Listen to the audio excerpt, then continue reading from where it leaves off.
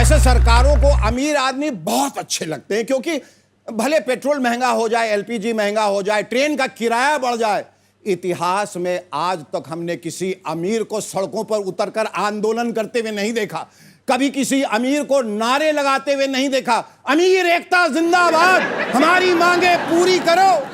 अरे ये सब गरीब और मजदूरों के नारे हैं। गरीब एकता जिंदाबाद, मजदूर एकता जिंदाबाद।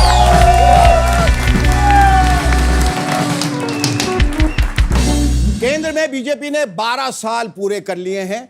इस पर केंद्रीय मंत्री किरण रिजिजू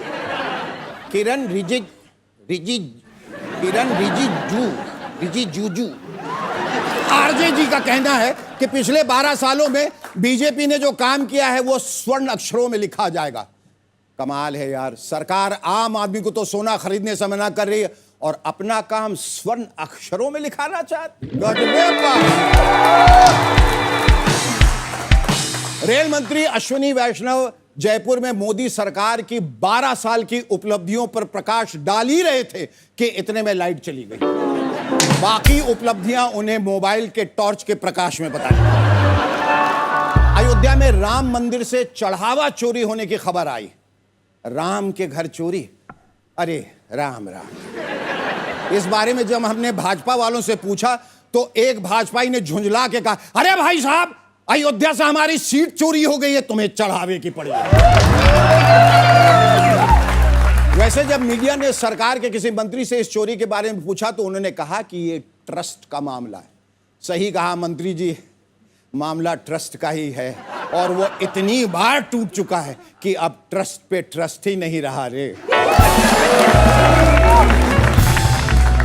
बीते शुक्रवार को एक बड़ा हादसा तब हुआ जब सांस और पानी के बाद जिंदगी की सबसे बड़ी जरूरत, द इंडिस्पेंसिबल इंस्टाग्राम, थोड़ी देर के लिए डाउन हो गया। इस हादसे में 17 इन्फ्लुएंसर्स को सांस लेने में तकलीफ हुई, 1.25 लाख इंस्टा यूजर्स को सीने में दर्द की शिकायत हुई, कहीं कहीं से जेन जी के रोने और चीखने की आवाजें सुनाई दी। एक्सपर्ट्स मौकाए वारदात पे पहुंचे। रेस्क्यू ऑपरेशन के दौरान कई यूजर्स को नजदीकी फेसबुक और एक्स अकाउंट पर शिफ्ट कर उन्हें फर्स्ट एड दिया गया। घटना के कुछ ही समय बाद स्थिति पर पूरी तरह से काबू पा लिया गया और इंस्टा दोबारा अप हो गया। आखिरी सूचना मिलने तक सभी ई पेशेंट्स वापस अपने अपने अकाउंट पर लौट चुके थे। सोशल मीडिया डॉक्टर्स का कहना है कि अगर थोड़ी देर और हो जाती तो ये एक बड़े पैंडेमिक का रूप ले सकता था, जिसका वैक्सीन आज तक नहीं बना। कॉकरोच जनता पार्टी की सफलता से मोटिवेटेड होकर अब पूर्व सुप्रीम कोर्ट जज मार्कंडे काटजू जी ने भी एक नई पार्टी बनाई है, इश्क करो पार्टी। शर्म करो देश के नौजवानों, इश्क करने की उम्र में तुम आंदोलन में लग गए और उधर 80 साल के काटजू साहब को इश्क का भार उठाना पड़ रहा है अकेले। इस चक्कर में ना तो देश में आंदोलन ठीक से हो पा रहा है, ना ही इश्क। And this one is a cracker. While we were eagerly waiting for Amir Khan's Lagan 2, he has gone ahead and surprised us all with Lagan 3. Ladies and gentlemen, our guest on Shaker tonight is an accomplished actor, singer, and a producer, all rolled into one. Please put your hands together for the peppy Paji, all the way from Punjab via Canada, Yippee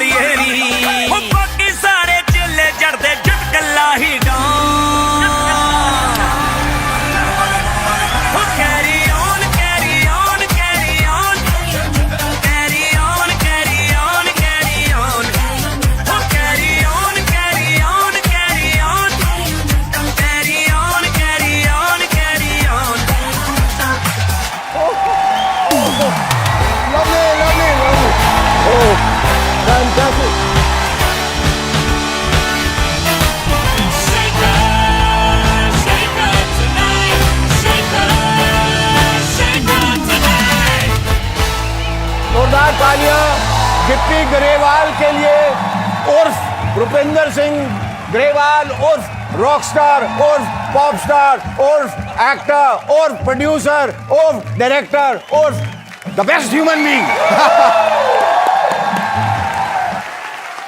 ओ गिप्पी पाजी आए हैं, अंग्रेजी छड्डो थोड़ा पंजाबी च welcome कर दे। सत श्री अकाल जी, आयनू जी। आज आपके और हमारे बीच एक बड़ा गहरा, पहले से ही इमोशनल रिश्ता है, क्योंकि मैं जिस शहर से हूँ, पटना जी, वहाँ गुरु गोविंद सिंह पटना साहब जी, और वहाँ मैं हर दिन सर जो है झुकाता हूँ जाके, हम सब लोग, और ये हमारा सौभाग्य है। और पंजाब एक ऐसी खूबसूरत धरती, गुरु नानक की धरती, बुल्ले शाह की धरती, और जो वहाँ जो साहित्य है, जो वहाँ धर्म रहा है, जो भी कर्म रहा है, वो हम जितना सलाम करें, जितना सर झुकाएं, उतना कम है। एक बार पंजाब के लिए जोरदार तालियां।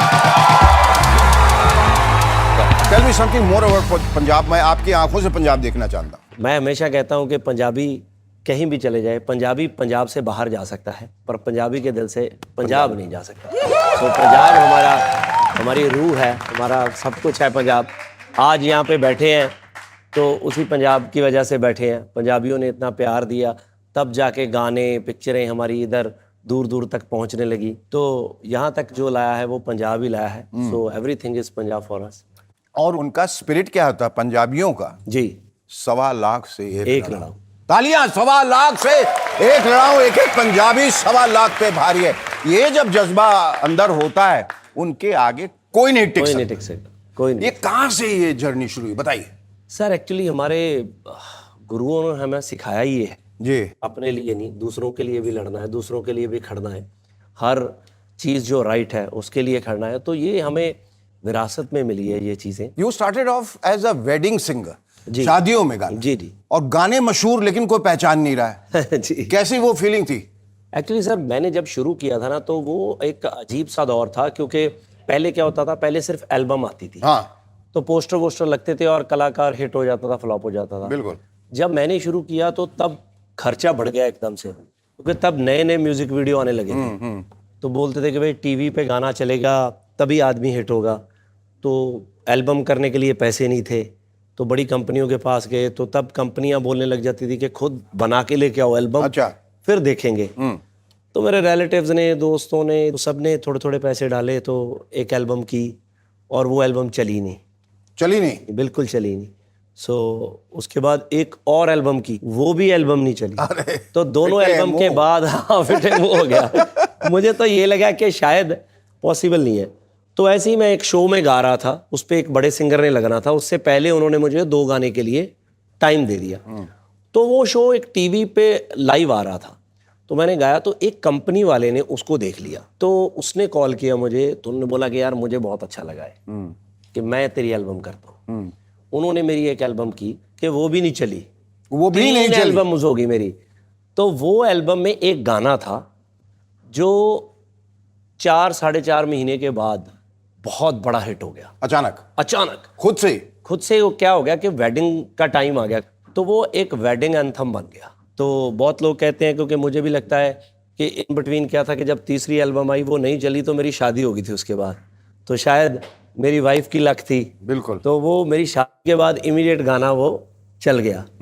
बट वो गाना चल गया, मैं फिर नहीं चला।